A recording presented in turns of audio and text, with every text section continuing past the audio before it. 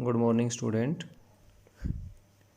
आज हम पॉपुलेशन और डेंसिटी जो इंडिया वाली जो बुक है 12th क्लास की, उसका नेक्स्ट टॉपिक पढ़ेंगे रिलीजियस कंपोजिशन, धार्मिक संगठन। धर्म के आधार पर जो संगठन है, यानी कि भारत में विभिन्न धर्मों के जो लोग रहते हैं उनका एक संगठन है। इसीलिए इंडिया को एक, आप सभी को पता है, सेकुलर स्टेट कहा जाता है, धर्मनिरपेक्ष राष्ट्र कहा जाता है। ठीक है, क्योंकि भारत में विभिन्न धर्मों के जो लोग हैं वो रहते हैं, अलग अलग धर्मों के लोग हैं। सभी धर्मों को जो हमारे संविधान के अकॉर्डिंग जो मान्यताएं वगैरह हैं वो सभी को समान मिली हुई हैं। तो कई बार ये इस टाइप का क्वेश्चन पूछा जाता है कि भारत का धार्मिक संगठन क्या है, यानी कि भारत में किस किस धर्म के जो लोग हैं वो रहते हैं।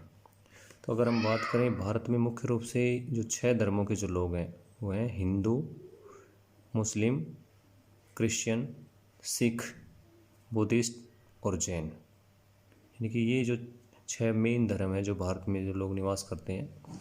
भारत की कुल जनसंख्या की बात करें, यानी कि टोटल पॉपुलेशन की अगर हम बात करें इंडिया की, उस टोटल पॉपुलेशन का 2011 के अकॉर्डिंग, 2011 के अकॉर्डिंग कुल जनसंख्या का 79.8% हिंदू, 14.2% मुस्लिम, 2.3% क्रिश्चियन, 1.7% सिख, 0.7% बुद्धिस्ट और 0.4% जैन।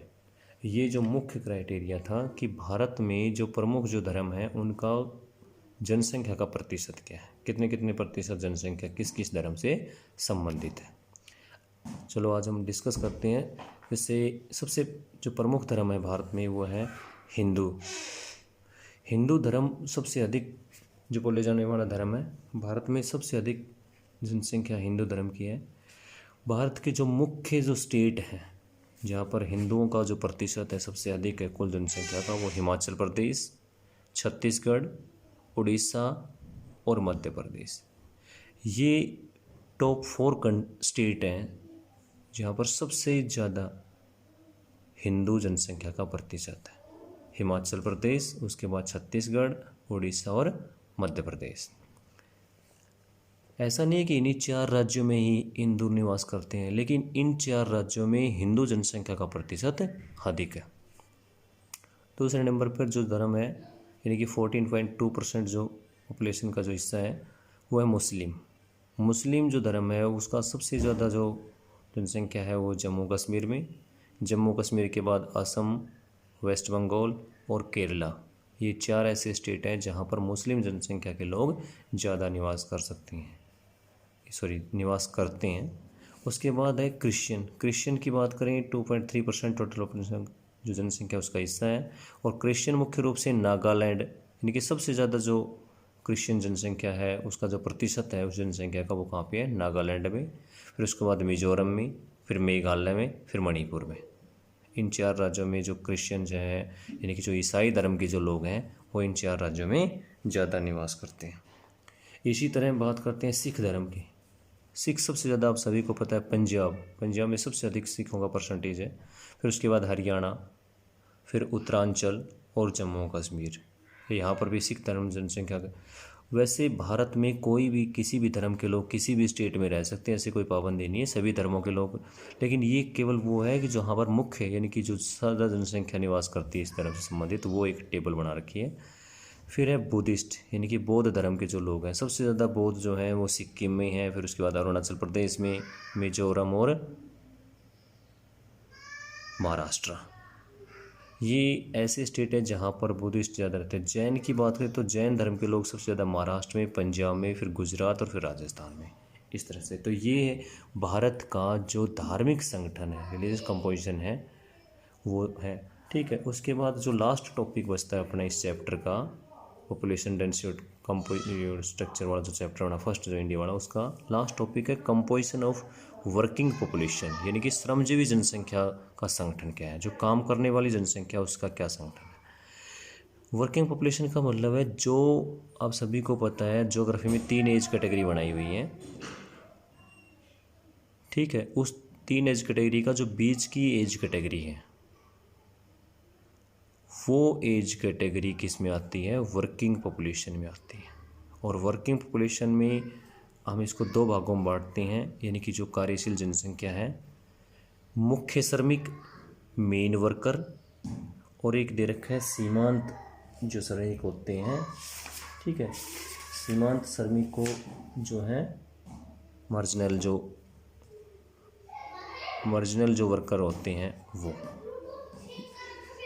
मेन वर्कर के कंडीशन क्या लगा रखी है कि main worker is a person who work for at least 183 days in a year, यानी कि जिसको एक साल में लगभग 183 दिन तक काम मिल जाता है, वो मुख्य श्रमिक होते हैं, मेन श्रमिक होते हैं।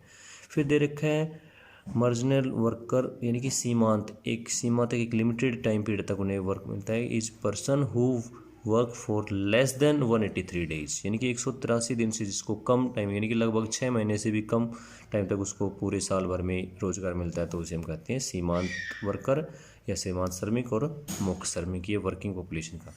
तो वर्किंग पॉपुलेशन की बात करें तो भारत में रीजनल वेरिएशन आप सभी को पता है बहुत ज़्यादा अधिक देखने को मिलता है। भारत में जो श्रमजीवी संगठन है वो अलग अलग है।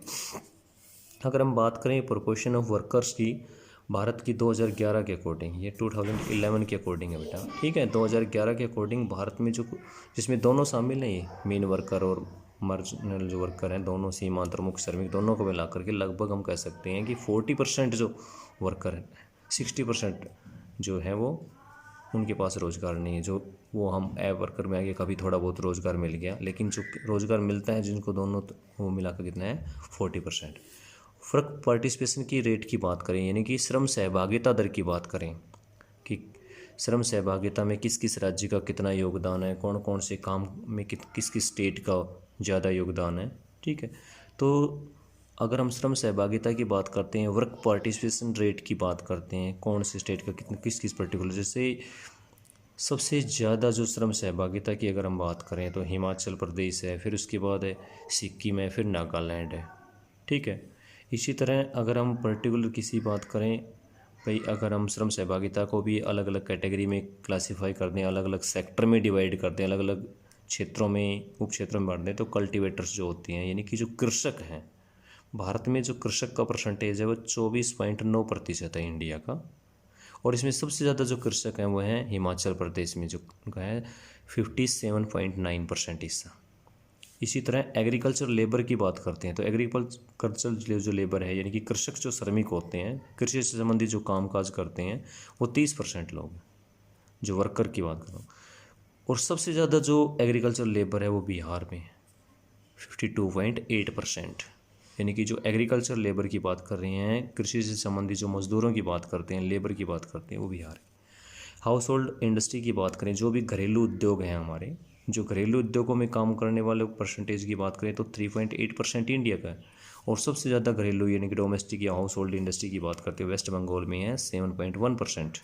इसी तरह अदर वर्कर्स की बात करें, जो इसके अलावा जो डिफरेंट एक्टिविटीज़ में जो इन्वॉल्व हैं, विभिन्न जो क्रियाओं में जो लगे हुए लोग हैं, उनकी बात करें तो 41.6% है इंडिया का टोटल, क्योंकि इनके अलावा जो, अब इनमें से गोवा सबसे टॉप में है, सबसे ऊपर है, 87.4% अदर एक्टिविटीज़ में वो इन्वॉल्व है। फिर भारत में जैसे जो मुख्य जो वर्क है, यानी कि हम कह सकते हैं एक्टिविटीज़ है, प्राइमरी, सेकेंडरी और टर्सरी एक्टिविटीज़, तो टोटल लेबर की जो कंडीशन है वो दिखा रखी है। भी प्राइमरी एक्टिविटी में इतने % लोग लगे हुए हैं, टर्सरी एक्टिविटी सेकेंडरी में इतनी है, प्राथमिक क्रियाओं में इतनी, द्वितीय क्रियाओं में इतनी, और तृतीय प्रकार की क्रियाओं में लगभग ये % है।